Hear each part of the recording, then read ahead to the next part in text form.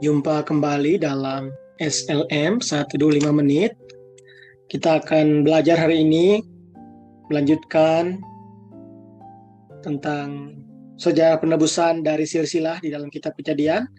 Kita masuk di dalam generasi yang ke-6, Yared. Yared, keturunan orang yang telah turun dari tempat tinggi ke tempat rendah. Arti nama Yared berasal dari kata Ibrani yarat, yang berarti turun dengan membawa seseorang, membawa sesuatu, atau menaruh sesuatu ke bawah. Yared adalah anak laki-laki yang dilahirkan bagi Mahalalel pada usia 65 tahun. Kejadian 5 ayat 15, 1 Tawarik 1 ayat 2. Dia dilahirkan 460 tahun setelah kelahiran Adam. Yared memperanakan Henok pada usia 162 tahun. Yared hidup 800 tahun lagi dan memperanakan anak lelaki dan perempuan. Yared mati pada usia 962 tahun, 1422 tahun setelah kelahiran Adam. Kejadian 5 ayat 18-20. Yared hidup semasa dengan Adam selama 470 tahun dan 360 tahun dengan Nuh. Yared menyaksikan kenaikan Henok ke sorga pada usia 527 tahun. Nama Yared tercatat dalam silsilah Yesus Kristus di kitab Injil Lukas pasal 3 ayat 37.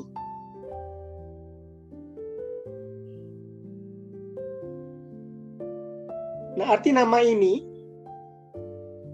yaitu membawa sesuatu atau menaruh sesuatu ke bawah, memperlihatkan sebuah jejak bahwa pergerakan iman untuk memuji Allah tidak hanya disampaikan kepada beberapa orang, melainkan kepada banyak orang di zaman itu, dan juga kepada keturunan mereka secara terus-menerus.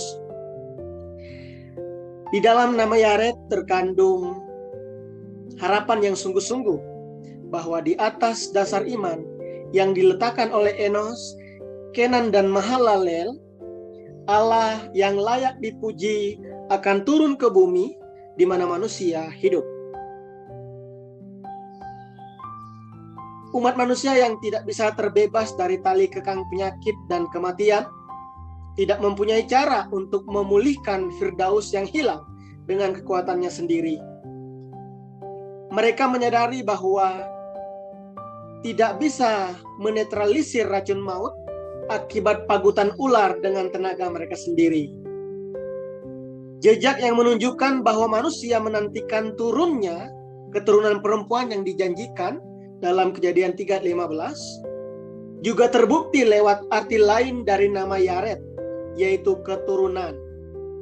Sesuai dengan harapan ini, Yesus Kristus turun ke bumi, yaitu Firman yang menjadi manusia dan diam bersama-sama manusia. Yohanes 1 ayat 14. Hidup Yared lebih lama daripada bapak-bapak leluhur sebelumnya. Umurnya adalah yang kedua terpanjang dalam sejarah asal mula setelah Metusalah. Yared hidup 962 tahun dan hidup paling panjang dari antara bapak-bapak leluhur sejak Adam sampai Yared. Dia hidup 32 tahun lebih panjang daripada usia Adam. Metusalah, cucu Yared, hidup 7 tahun lebih lama dari kakeknya dan membukukan rekor umur terpanjang 969 tahun umur Metusalah. Umur panjang ini adalah keistimewaan khusus dari Allah yang diterima keturunan-keturunan saleh serta berkat tertinggi yang mereka nikmati di bumi. Yesus Kristus telah merendahkan dirinya dalam kerendahan hati. Ia turun dengan wujud yang paling hina. Filipi pasal 2 ayat 6-7. Seperti arti nama Yared, Yesus meninggalkan kemuliaan faktanya di sorga dan turun ke dunia yang rendah dan hina ini. Yohanes 13, Yohanes 6 ayat 41. Sejak Yesus dilahirkan di bumi ini, dia dibaringkan di palungan yang penuh dengan bau kotoran binatang, Lukas 2 ayat 7. Yesus bertumbuh sebagai anak tukang kayu yang miskin, Matius 13 ayat 55, Markus 6 ayat 3. Bahkan diabaikan oleh saudara-saudaranya, Yohanes 7 ayat 5. Dia juga dipandang hina, Yohanes 7 ayat 15.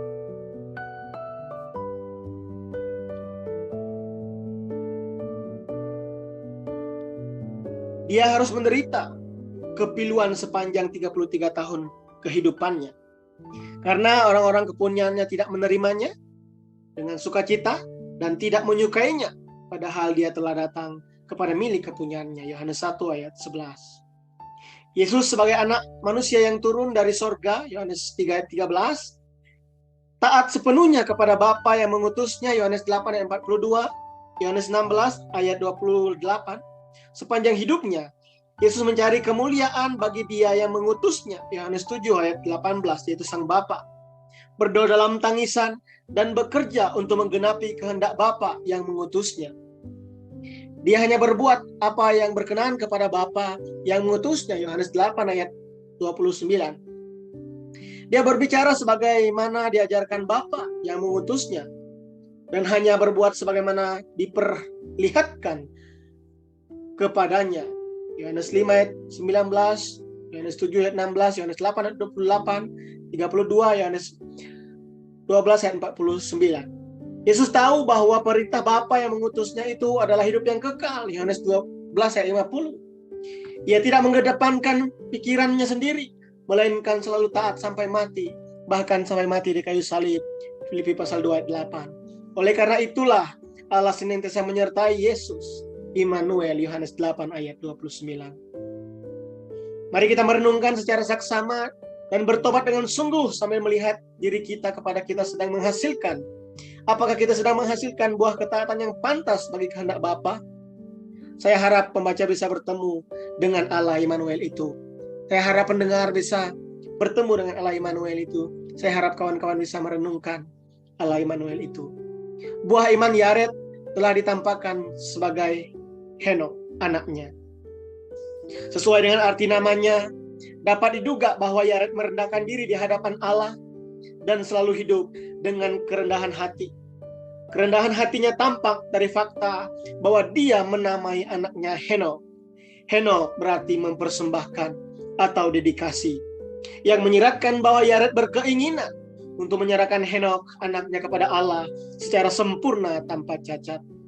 Di kemudian hari, sesuai dengan harapan iman Yared, Henok mencapai puncak tertinggi dari iman yang saleh dengan mengatasi maut dan diangkat ke sorga. Henok adalah buah iman Yared, ayahnya. Dengan melihat arti nama Henok, kita dapat mengetahui bahwa Yared, ayahnya, mempunyai iman yang mengabadikan dirinya di hadapan Allah. Mengabdikan dirinya di hadapan Allah. Memungkinkan seseorang bisa menamakan anaknya pengabdian di hadapan Allah. Jika Allah, di hadapan Allah, jika dia sendiri tidak memiliki pengabdian. Kita belajar, Yared menyadari bahwa anak laki-lakinya adalah milik pusaka Allah. Walaupun Henok merupakan anak yang telah dianugerahkan Allah kepadanya. Mazmur 127 ayat 3. Jadi Yared mengakui bahwa hanya Allah yang memiliki hak kepemilikan atas anak laki-lakinya dan mengharapkan agar anak lelakinya digunakannya sesuai dengan kehendak Allah. Yared telah menyadari sepenuhnya tentang situasi kejatuhan di zamannya. Dia menguduskan dan memisahkan anak laki-lakinya dari dunia dan menyerahkannya dengan penuh kerelaan hati agar anaknya bisa hidup untuk mendirikan standar keadilan dan kebenaran dengan baik di hadapan Allah. Yared adalah seorang beriman yang telah matang secara rohani. Dia tidak mengeluh atau menyalahkan orang lain karena kebusukan zamannya, melainkan berdoa kepada Allah.